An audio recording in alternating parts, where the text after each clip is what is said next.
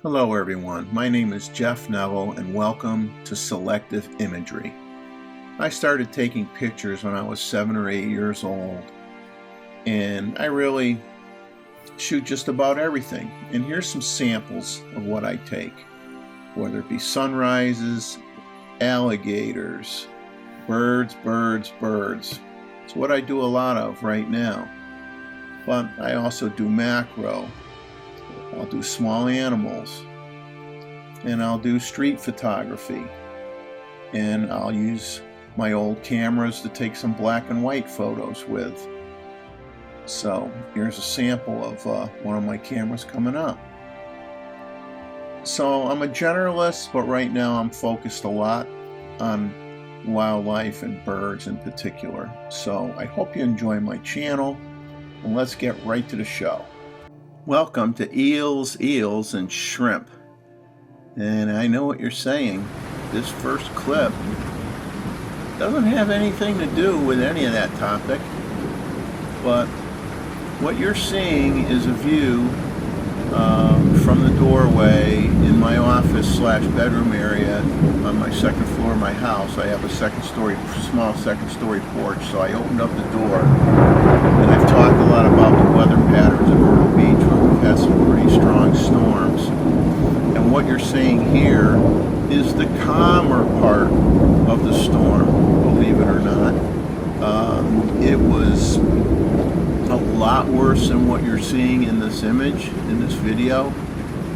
I wouldn't even open the door and even think of filming prior to what you're seeing now. I mean, the rain was just coming down a lot harder than what you see. It was vertically going into the house. It was really bad. So you're seeing the calm after the main part of the storm. But keep an eye on the grass near that lamppost in the yard and see if you notice something interesting going on. Because I brought it up, I think, talking to Roy Bixby prior to the show last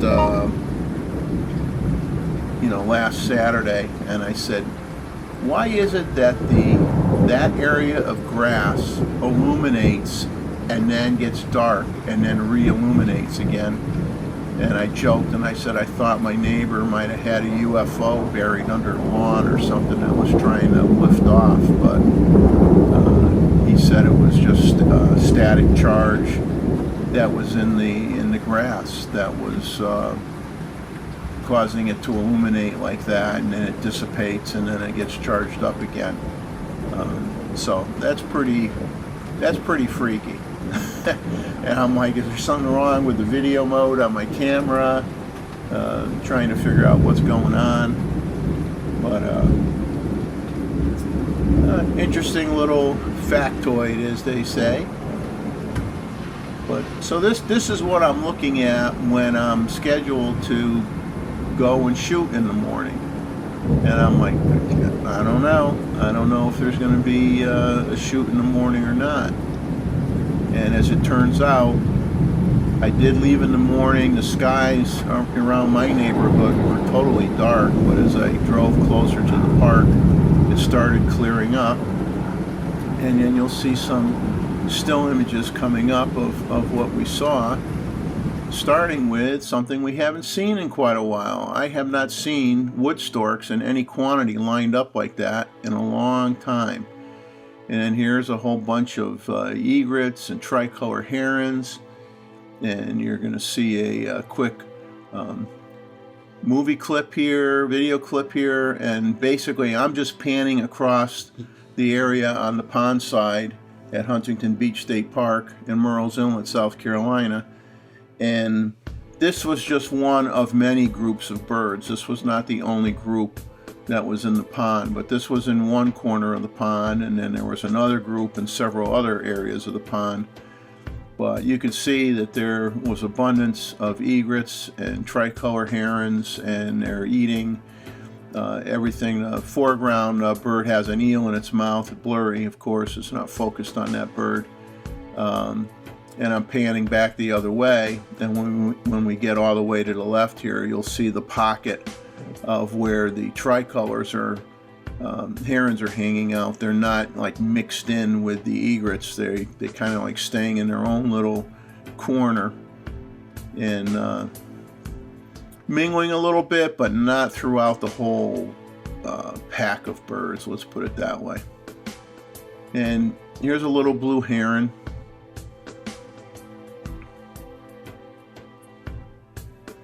And a snowy egret in flight. And here's a video clip of a little blue heron finishing off an eel. You'll see several clips in this show of different birds eating food items. Yeah, unfortunately, you know, the autofocus is really good with video, but it isn't always perfect. And sometimes what I find is when you're doing full frame autofocus, if you lower the camera too low, sometimes you might lose focus for a second on the bird. And like there, it's a little bit fuzzy there.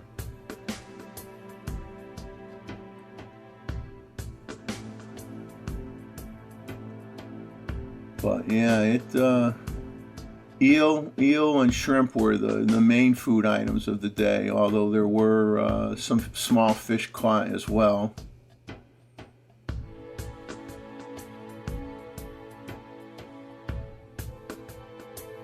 Sometimes you get confused and you mistake, you think a little blue heron is a tricolor heron. Some people say, oh, that's a tricolor heron.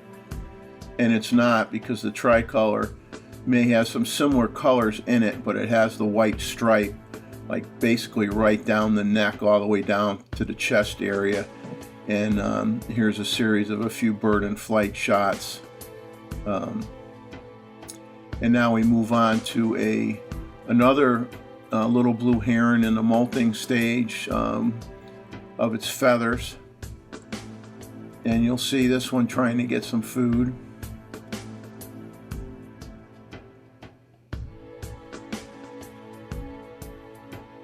And these are 4K 120, they're slowed down.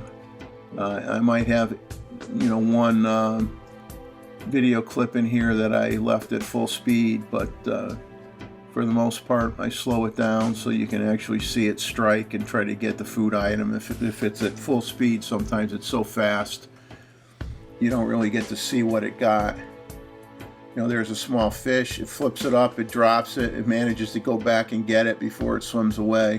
That was pretty funny. But I like how it just, you know, the head goes side to side. That time it was a shrimp. This, I'll tell you, the little blue herons are very good at getting, picking out small food items. Some of the other birds are not as successful, but I love how a lot of these birds, they maneuver. They got the long necks, they maneuver the head, they tilt their head, they look at angles, they try to find that food item, you know, in between the grasses and whatnot. And they're very, very successful. I mean, you can see all the muck when it lifts its leg up. Sometimes there's a big wad of grasses on it. There's another shrimp. So it's doing very, very well here.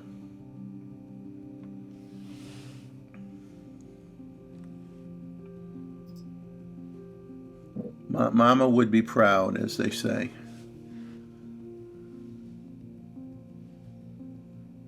And that's that. Here's some still images of a great blue heron. And I love it when you get the colors from the tree line in the background reflecting into the water. Really adds a different element. You know, some people don't like the lines, you know, in the water from the reflections of the individual trees, but it doesn't bother me too much. And here's a snowy egret looking for some food.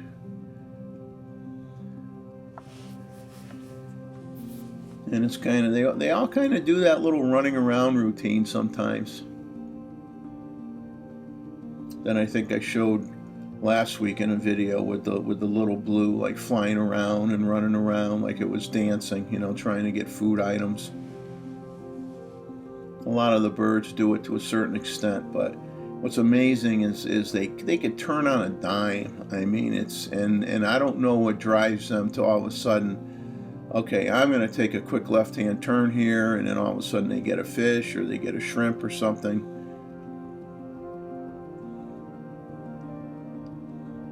You know, they just don't pick a straight path and say, well, let me see what I see as I'm walking straight ahead. They just constantly, you know, change direction and turn around and fly, and, you know, fly 5 feet away and land and start all over again.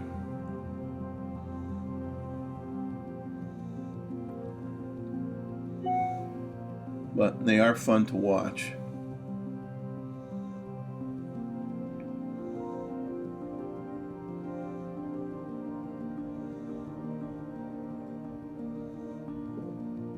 Yeah, sometimes when you're filming, when they do that quick about face and all of a sudden change directions right away, sometimes you lose them in the frame.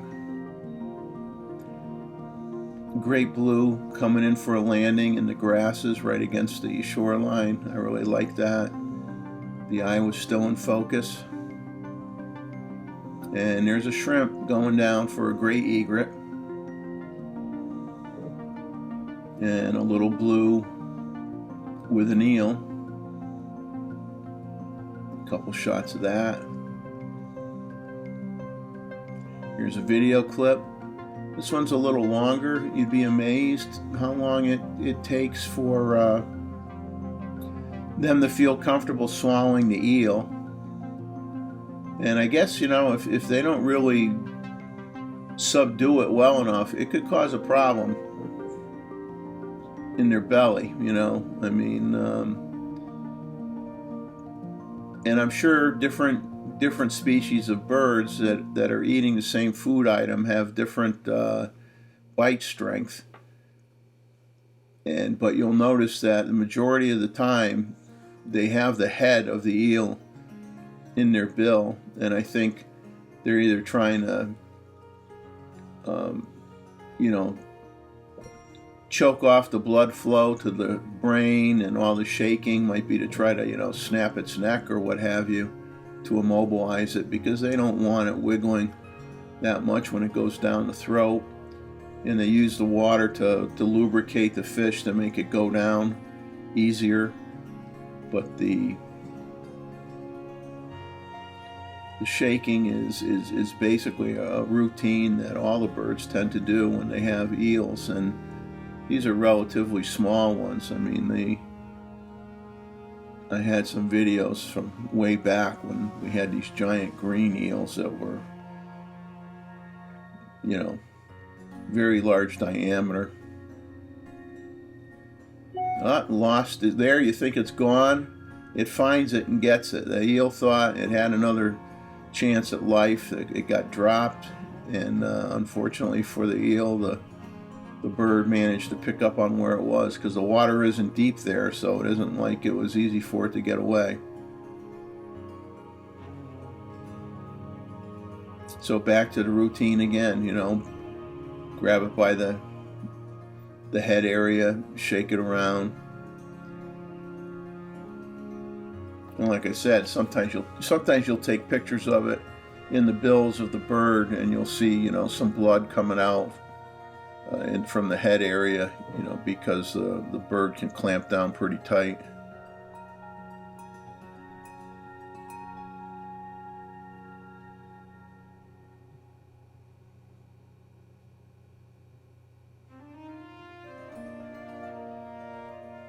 But it's quite the battle. Starting to get a little bit limp here.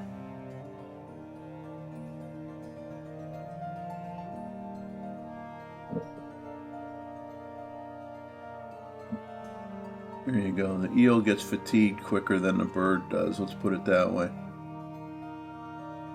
I think it's going to dip it down and swallow it down here in a moment. Yeah, there we go. And that is that. Here's just a few tricolor herons in between the posts of an overlook area, and I guess there's a dancing move. And we did have a gator crossing. Here, little Blue has a fish, and you see all the little water droplets all around, and then it says, okay, you're going down the pike, here you go.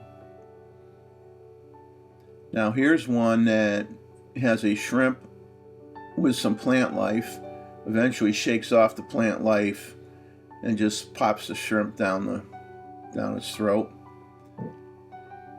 And here's a video clip of a tricolor heron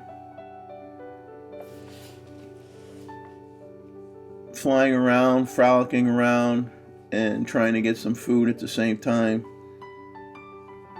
Its success rate for food was not anywhere near as good as the little Blue Heron.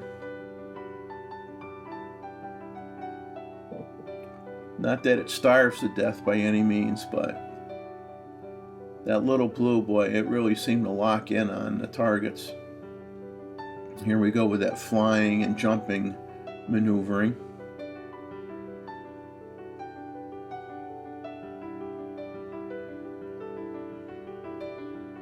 Very quick, jerky movements. Makes it hard to follow the bird. And you have to handhold here. I mean, you would have a heck of a time trying to follow a bird that's this active on a tripod. I'm not saying you couldn't do it, but sometimes you just have to be handheld and do the best you can.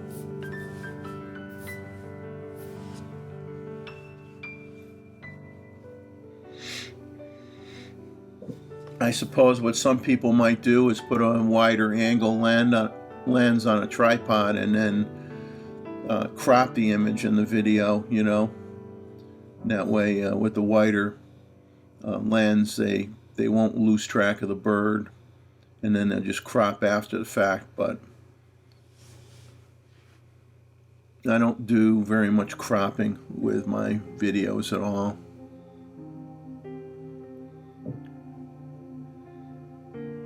If I mess up a little, you see where I messed up. When I do okay, you see that as well. So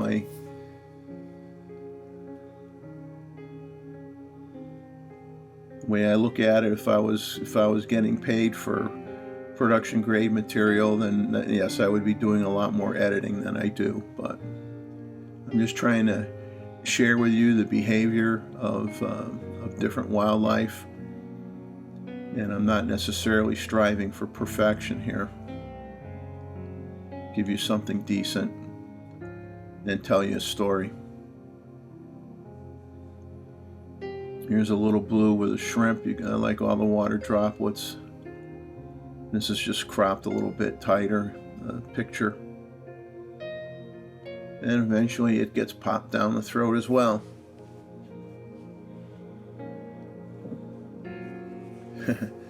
Go back to another dancing video here. I think in this one it gets a fish at some point, if I remember right. We'll see if my memory... Yeah, there you go. There's the fish.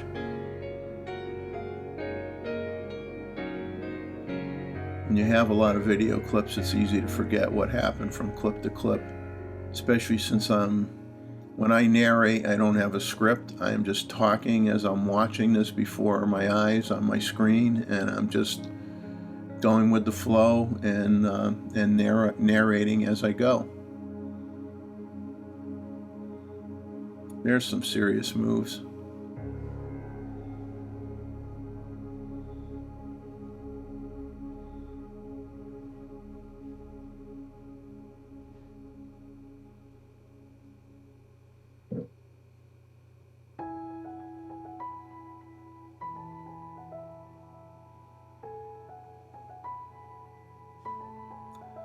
I like it when the wing is over the head, like casts a shadow on the water, makes it easier for it to see the fish.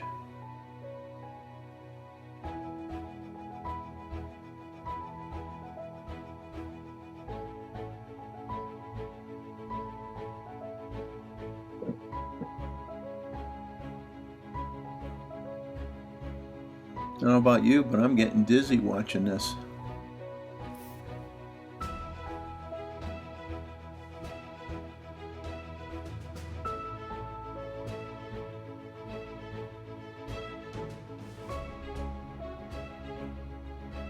If you were watching this full speed, you'd definitely have a headache by now.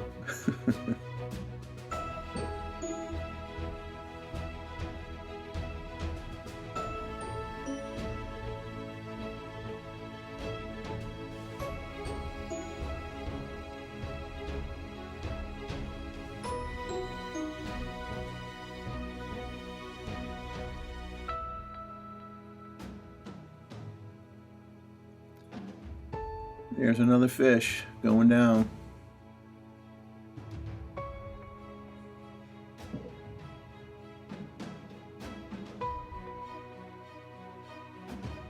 And that's that.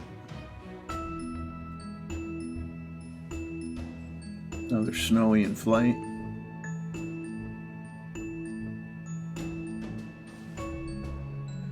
Well, that's the one thing you get when you have a feeding activity going on. You have a lot of birds in flight. Eventually they fly over to the marsh side. So you have plenty of opportunities when you literally have hundreds of birds on the pond side, getting them feeding, getting them flying, and it's a lot of fun. But here's a clip, and I showed some pictures of these young green herons last week, but I'm showing some video clips this week.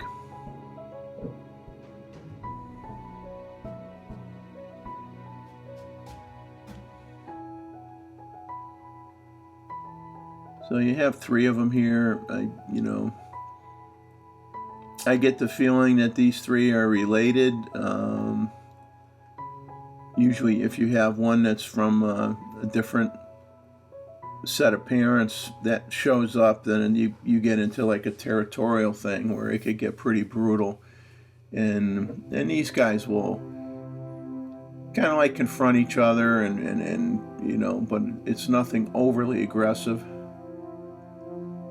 Like they're talking to each other and saying, yes, I know you. Okay, we each kind of like touch each other's bills here, and there's nothing going on that's violent.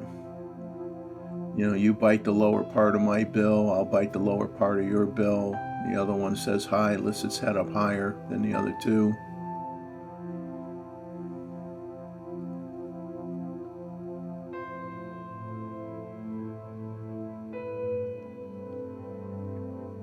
They're cool. You can see, if you look closely, you can see the fuzz on the top of their heads. At this point, they're pretty much size-wise, they're pretty close to full size, but you could see like I said, the fuzz on the top of the head will tell you right away that it's still a juvenile.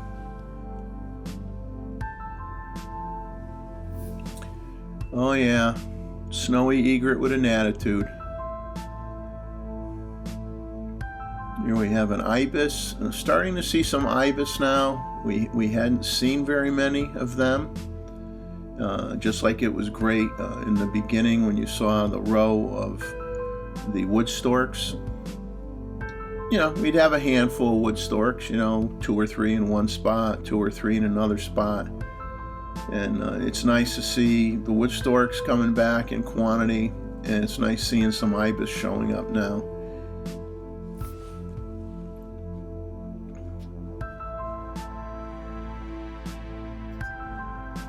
I believe this is the last video.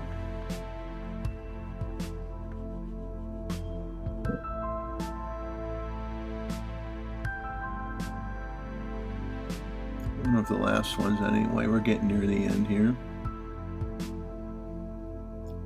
You're going to see a few still images coming up. I like the light in this picture with the gator. Another shot of the wood storks. Now this gator is up against the bank where the reeds are, and they'll poke their nose in there and they'll drag out flounder. This is an anhinga that likes to rest on a stump or a piece of wood that's out there, and it always spreads out its wings to dry off. And this is the last clip for the show. The three amigos, I guess we can call this the three amigos. They're just standing there looking up at something. But like I said, the gators, when they come towards the shore and they go into the reeds, I mean, they'll poke their snout right in there and they'll pull out a flounder. And the real large flounder aren't around after the fish kill last year, but we have seen them get some much smaller ones in recent weeks.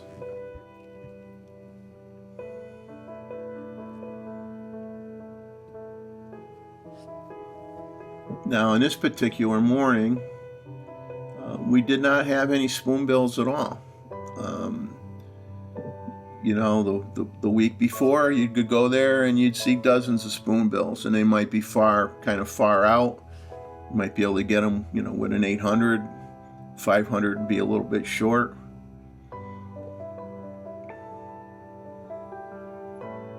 And, you know, that was my main reason for getting the 800, because there were shots that I couldn't get without doing severe cropping.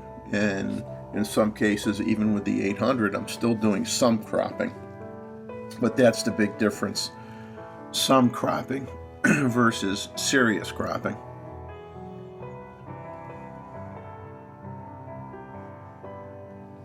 You know, I'm looking forward to trying out the 180 to 600